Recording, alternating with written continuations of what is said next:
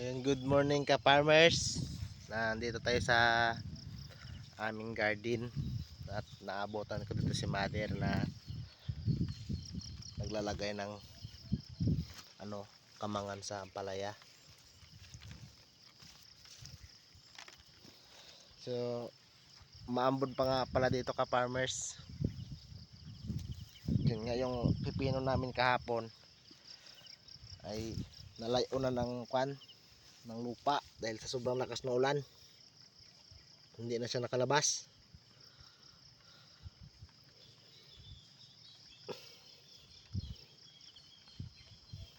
Wala na talaga mao.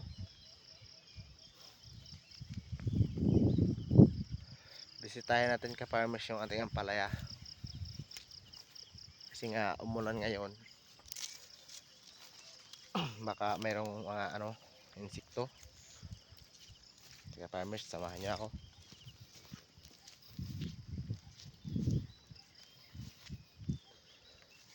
Yan ang mga ka-farmers Harvest na ito sa Sabado ka-farmers. At malalaki na.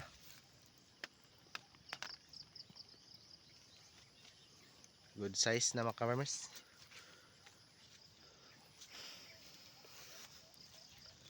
Yan mga ka-farmers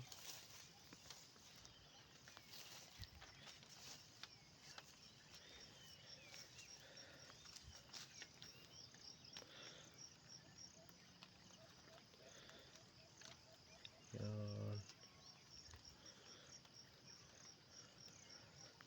Itong ampalaya nga pala itong mga ka-farmers ay ito pala yung naabutan ng Kwaresma, dito tawagin.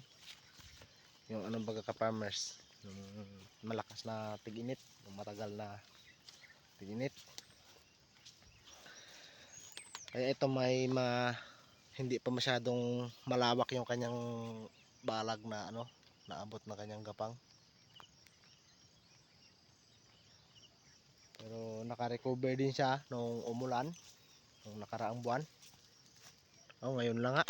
Ngayon lang buwan. Yan, gulping laki yung kanyang mga Yan.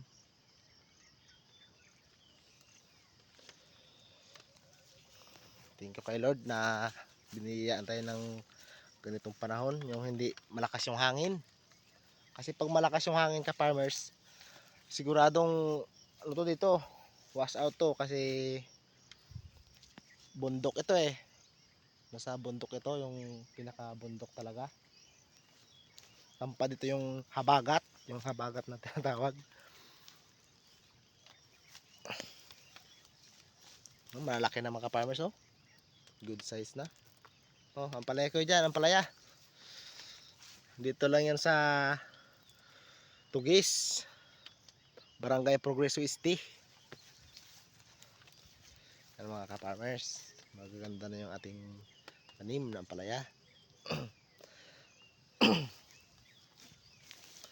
So nakasuportahan tayo ni Lord para maging marami na yung ating tanim. Mga farmers, nagbaba na yung ating balag. Nagbaba na. Okay, farmers, iikot ko kayo dito sa aking pananim na ampalaya ka farmers. Yan mga ka-farmers, dahil sa mabigat yung ating ampalaya, nagbaba na. Hindi na kinaya ng aming balag.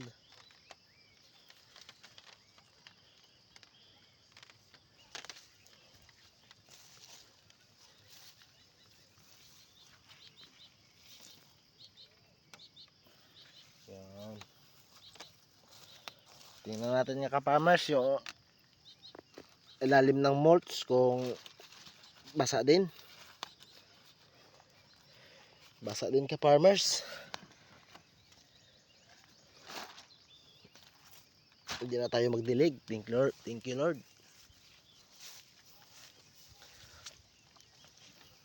At saka i-update ko din kayo dun sa aking sili ka-farmers na pinaparecover ko. At gawa ng umulan, hindi na tayo nagdilig.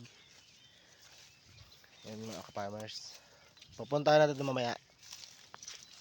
Abangan nyo ka-farmers kasi baguhan lang tayo sa pagbablog. Kasi simula lang. Harvest tayo dito sa Sabado. Yan, lalaki na ka-farmers oh. Mami. Isang dangkal oh. Oh, dalawang dangkal ka-farmers. Ang haba.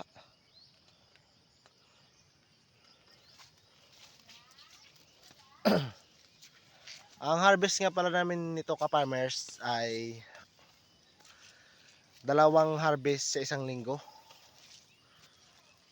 Dalawang harvest lang kami nito. Kasi kunti pa eh, hindi pa siya gaano karamihan ng bunga. Kasi galing nga siya sa tig-init.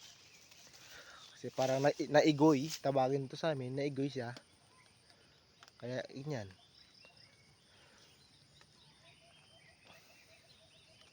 Kunti lang yung bunga. Abangan nyo mga ka-farmers yung vlog kung paano kami mag abono ng aming ampalaya tsaka mag-spray. Abangan nyo mga ka-farmers kasi hindi pa na dumadating yung order ko na gamot na para dito sa mga naninilaw na dahon. Katulad nito mga ka-farmers, oh, ipakita ko sa inyo kung ano yung dahon na naninilaw. Ito ka-farmers oh. Yan. Gawa yan ng punggos. Ito yung gawa ng punggos na galing sa ulan. Yan. Yan ka-farmers. Ipakita ko din sa inyo ka-farmers kung ano ang gamot na aming ginagamit. Para marami din tayong matulungan na mga ka-farmers kahit beginners lang. Kasi nagsimula din ako sa beginners na tumuro sa akin. Kaya ayun yan, nakapagtanim ako at nalaman ko kung paano mag-diskarte sa mga ganyang tanim. Pero yung pipino talaga natin ka-farmers ay talaga parang panglumo ko talaga. Parang talaga kunti lang sa isang lata yung ka-farmers ay kunti lang kunti lang na nabuhay kasi dinaanan ng tubig. Kasi yung tinanim ko yun hindi pa umuulan. Kala ko talaga ay hindi sa ulan.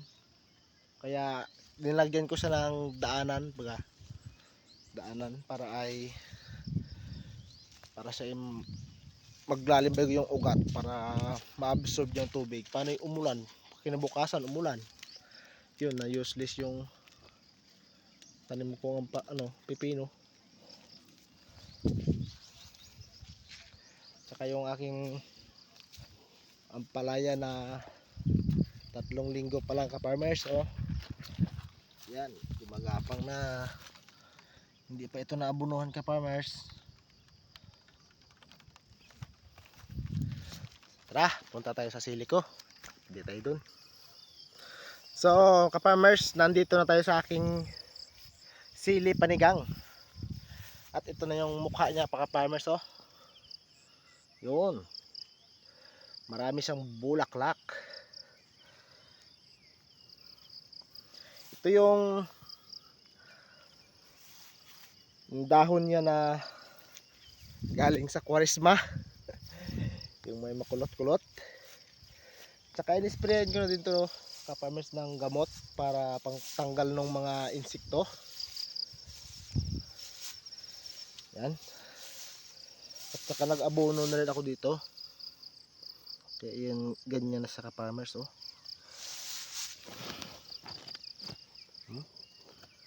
Yung kanyang dating puno na na makulot, yung hindi gumanda yung yung dahon. Kaya yan ay ganyan. Nasa 800 seeds to lahat, 800 puno na siling panigang. Kaya siguro Hindi na, wala na sigurong 800 kasi halos namatay na yung iba. Yan ka-farmers. Ganyan yung mga pananim ko ka-farmers, oh.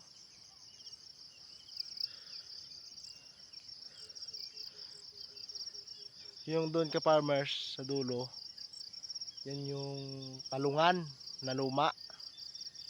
At saka yung bagong tanim ni Papa na sitaw. Update ko kayo mga ka-farmers pag may bunga na yung ating sitaw.